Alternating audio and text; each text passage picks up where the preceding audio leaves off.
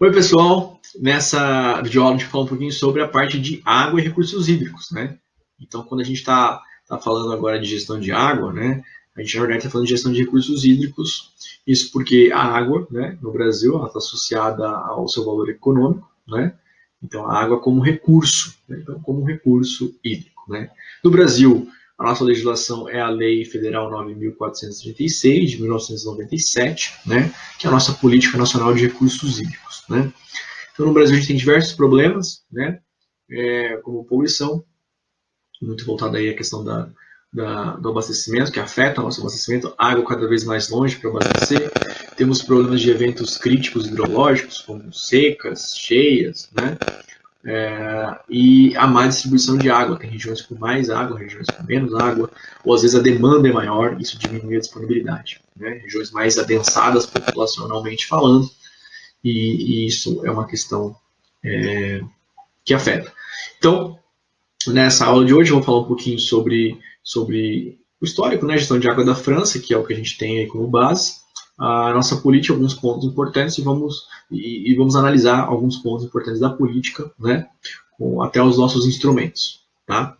Para a gente entender um pouquinho como a nossa política está atrelada aos nossos problemas e ao nosso histórico, né, já que os instrumentos são muito similares ao que vem sendo implementado, como foi implementado na França, enfim, e a gente vai falar um pouquinho disso aqui agora. Vamos lá, pessoal. Então, agora falando um pouquinho mais específico sobre a parte de água e de recursos hídricos, né? Então, o nosso histórico, ele da gestão de águas, né? É lógico, ela é bem complexa, ela tem várias questões, né? Mas pensando no momento mais contemporâneo, os últimos anos, os avanços que tivemos, né? De forma estruturada no setor, né? A nossa gestão está muito vinculada à gestão de água na França, tá? Então, a gente tem aí vários instrumentos que são similares, né, que viemos implementando na nossa política, que já foi implementado na França, ou vem sendo implementado lá também. Tem vários textos aqui, eu não vou me desgastar muito com isso, eu devo falar somente sobre a gestão de água na França e a relação com o Brasil, né, mas tem bastante material bacana sobre esse assunto, né. Mas, no meu entendimento, né, é óbvio que há um fracasso se você comparar todo o território brasileiro, né, com uma solução baseada lá na França. Né? É muito diferente. É claro que a França, de forma geral, tem coisas comuns, né, com algumas regiões do Brasil, mas não todo o território. Então, se faz necessário, né, para que a gestão seja efetiva, né, nas diferentes regiões, né, se eu comparar para a região amazônica, a região centro-oeste, por exemplo, né, que haja um suporte, né, do Estado, que conhece melhor essas características e ele tenha também autonomia para tomar algumas decisões, mas também o envolvimento dos usuários, né? Porque é fundamental que os usuários que enfrentam, né, estão em conflito, consigam aí desenvolver melhor as soluções, tá? Então, a gente sabe que as bacias aí em cada região têm os seus tipos de problemas, né? Regiões, a problemática envolve mais a pesca, em outras são problemas urbanos, né? Riscos voltados aí deslizamento de terra, né? Isso reflete, né? Esse risco com a questão de águas, por exemplo, sendo mais específico, né? Ou seja, o uso e ocupação do solo, né? Outras regiões têm problemas com relação à falta de água, né, para abastecimento público. Outras já não têm problema de abastecimento, né? Mas tem ali áreas mais agricultáveis, né, com produtos químicos, com a qualidade da água deteriorada em algumas situações. Tá? Outras regiões falta água, não pela demanda, né, como a gente comentou nos vídeos anteriores de gestão da demanda, mas a falta de ter escassez, né, baixa disponibilidade. Então, essas questões são muito específicas, né, e de cada região, tá? Então, isso tem que ser pensado, isso tem que ser trabalhado em cada situação, né? Então, dando essa introdução sobre a problemática, né, isso que eu estou tentando resumir a nossa problemática. Né? Então, a gente tem diferenças numa política nacional, ou seja, não vai atender a todo mundo. A gente tem problemas que são locais, né, problemas muito diferentes, então precisa desse envolvimento. Né? Precisa ser assim, descentralizado e participativo, isso é fundamental. Então vamos ver o que a política traz, né? O que a política ela é fundamentada, primeiramente. Né? Então a gente sabe aqui no Brasil que a água é um bem de domínio público, tá? Então não há uma questão aí da água ser de domínio privado, não é o caso. Né? Ela tem valor econômico, por isso a gente chama de recursos hídricos. Né? Então o nome é recursos hídricos. Tá? Em situações de escassez, então, percebemos a nível nacional uma preocupação. O uso prioritário é consumo humano e dessedentação de animais, que é para os animais utilizarem essa água para si, né? Então, outro ponto, a gestão de recursos hídricos deve sempre proporcionar o uso múltiplo das águas. Então, aqui a gente vê que há um interesse, uma tendência que, como somos um país com uma boa disponibilidade, embora isso vá variar de região para região, é fundamental atender o máximo de usuários, ou seja, diminuir os conflitos. Não é deixar só apenas um usuário, né, mas que todos possam usar aqueles volumes. Então, vai ser fundamental instrumentos voltados para essa questão dos usos múltiplos. Né? Vamos falar isso mais para frente. Aqui no Brasil, a bacia hidrográfica é a unidade territorial. Eu vejo vários outros países aí pensando em outras unidades, trabalhando outras possibilidades. Aqui não é o nosso caso, a gente trabalha mesmo por bacia. Tá? Quando se pensa em conflito, a gente pode até pensar em outras unidades, mas acho que pensando a nível de ciclo hidrológico, de poder ter medidas qualitativas, né? Sem sombra de dúvidas, a bacia hidrográfica me parece sim, a melhor opção, né? E a gestão deve ser descentralizada e com a participação, né? Então isso vai reverberar nos instrumentos, a gente vai ver lá na frente, tá? Então a gente percebe, né, que é necessário, né, ainda mais em casos de conflitos, atender a diversos usos, diversos usuários, né? E aí, independente se o uso é consultivo ou não consultivo, né? Então, tomei nota que também tem um documento para isso, né? Quem quiser ler um pouco mais sobre consultivo e não consultivo, não é um foco aqui, falar sobre isso, tá? Deve ser elaborado aqui por bacia, né? Como a gente comentou, de forma descentralizada e participativa. Então, tem que ter envolvimento, né, desses usuários, tá? Para discutir os seus conflitos. E a gente percebe, então, que é uma política que, quando há conflito, provavelmente vai funcionar. Quando não há conflito, pode ter problemas de falta de gestão, vamos chamar assim, tá? Então, o objetivo é garantir quantidade e qualidade, né? Integrando os usos dos usuários, tá? E uma importância específica com relação a riscos e eventos hidrológicos, como eu comentei, né? Deslizamento de terra, redução de um tipo de solo, aí, com uma quantidade de um evento crítico de chuva, né? Mas também um evento hidrológico crítico, a falta de água, se não ter água, né? E aí, mais recentemente, em 2017, agora, né, foi incluída a questão das águas pluviais, né? Então, isso a gente vai promover a captação, preservação e aproveitamento dessas águas pluviais. Então, é uma tendência aí nova, né? Vamos ver como isso vai se estabelecer para os próximos anos. Talvez precisamos de instrumento específico para isso, né? Apenas colocar isso aí como objetivo pode e não, provavelmente não será suficiente, né? Bom, mas o objetivo é assegurar para a atual e futuras gerações disponibilidade. Disponibilidade, a gente sabe que a grande questão é que a gente tem regiões no Brasil com maior volume de água, onde a densidade populacional, a quantidade de pessoas é menor, né?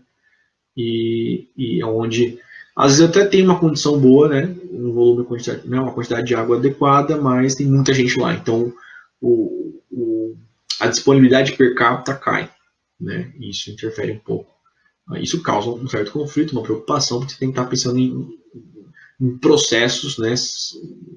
Em procedimentos para poder garantir água com quantidade e qualidade, tá?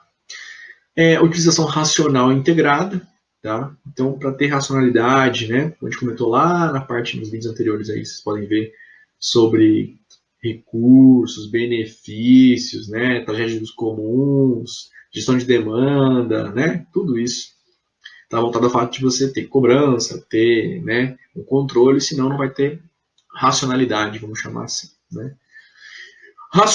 Utilização racional integrada, né? Ou seja, a gente tem que integrar os usuários, né? Incluindo principalmente transporte aquaviário, né?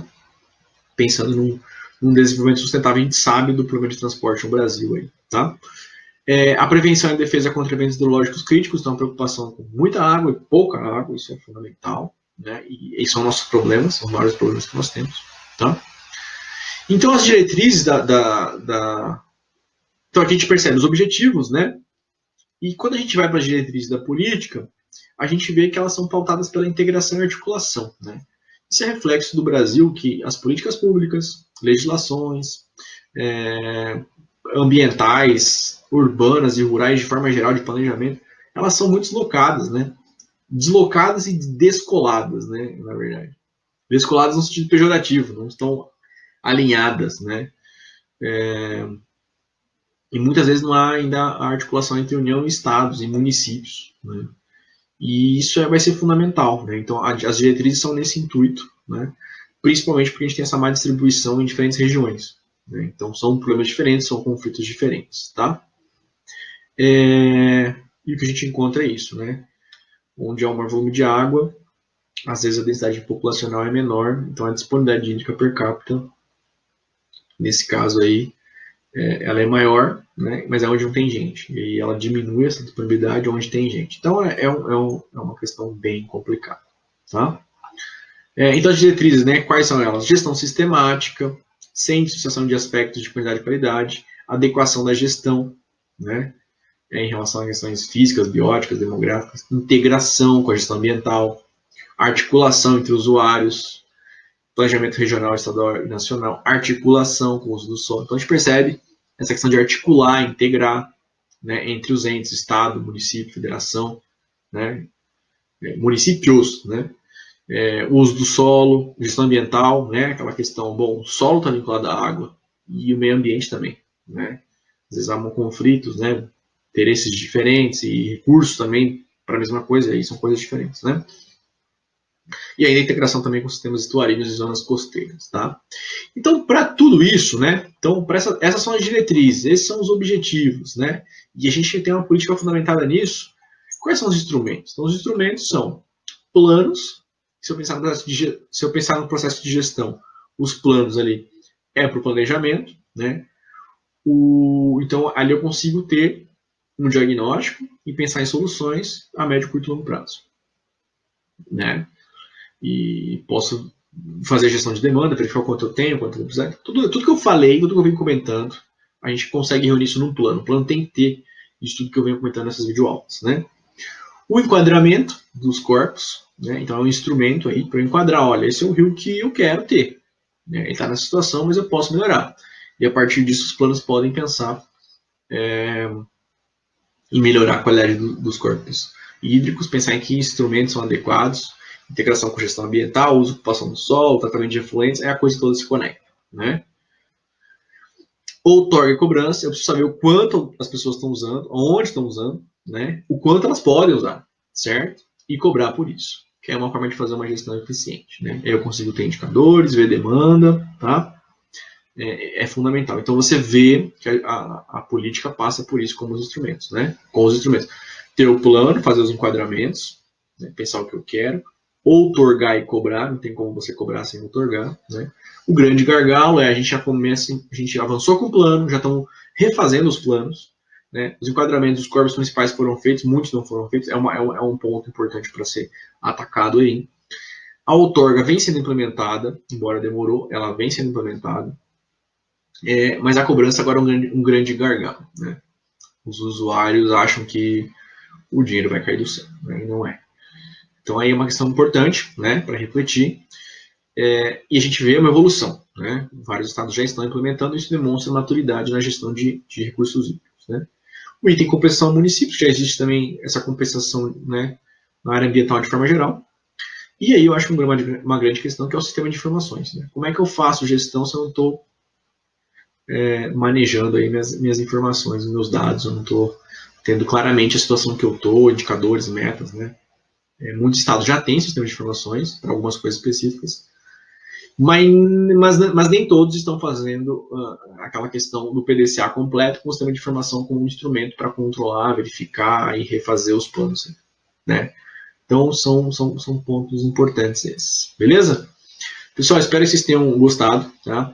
Curte aí, deixa seu like, comenta, por favor, isso é importante. Compartilha, certo? Se inscreve no canal. E aqui foi um pouco, né, o resumo da nossa questão dos nossos recursos hídricos de água no Brasil, como é o nosso arcabouço aí ilegal e que pontos estão sendo que pontos a gente evoluiu, né? Que pontos precisa evoluir e as nossas dificuldades, desde falta de articulação, né, integração entre áreas e planos e entes, né? E é isso, tá bom? Espero que vocês tenham gostado. Até mais.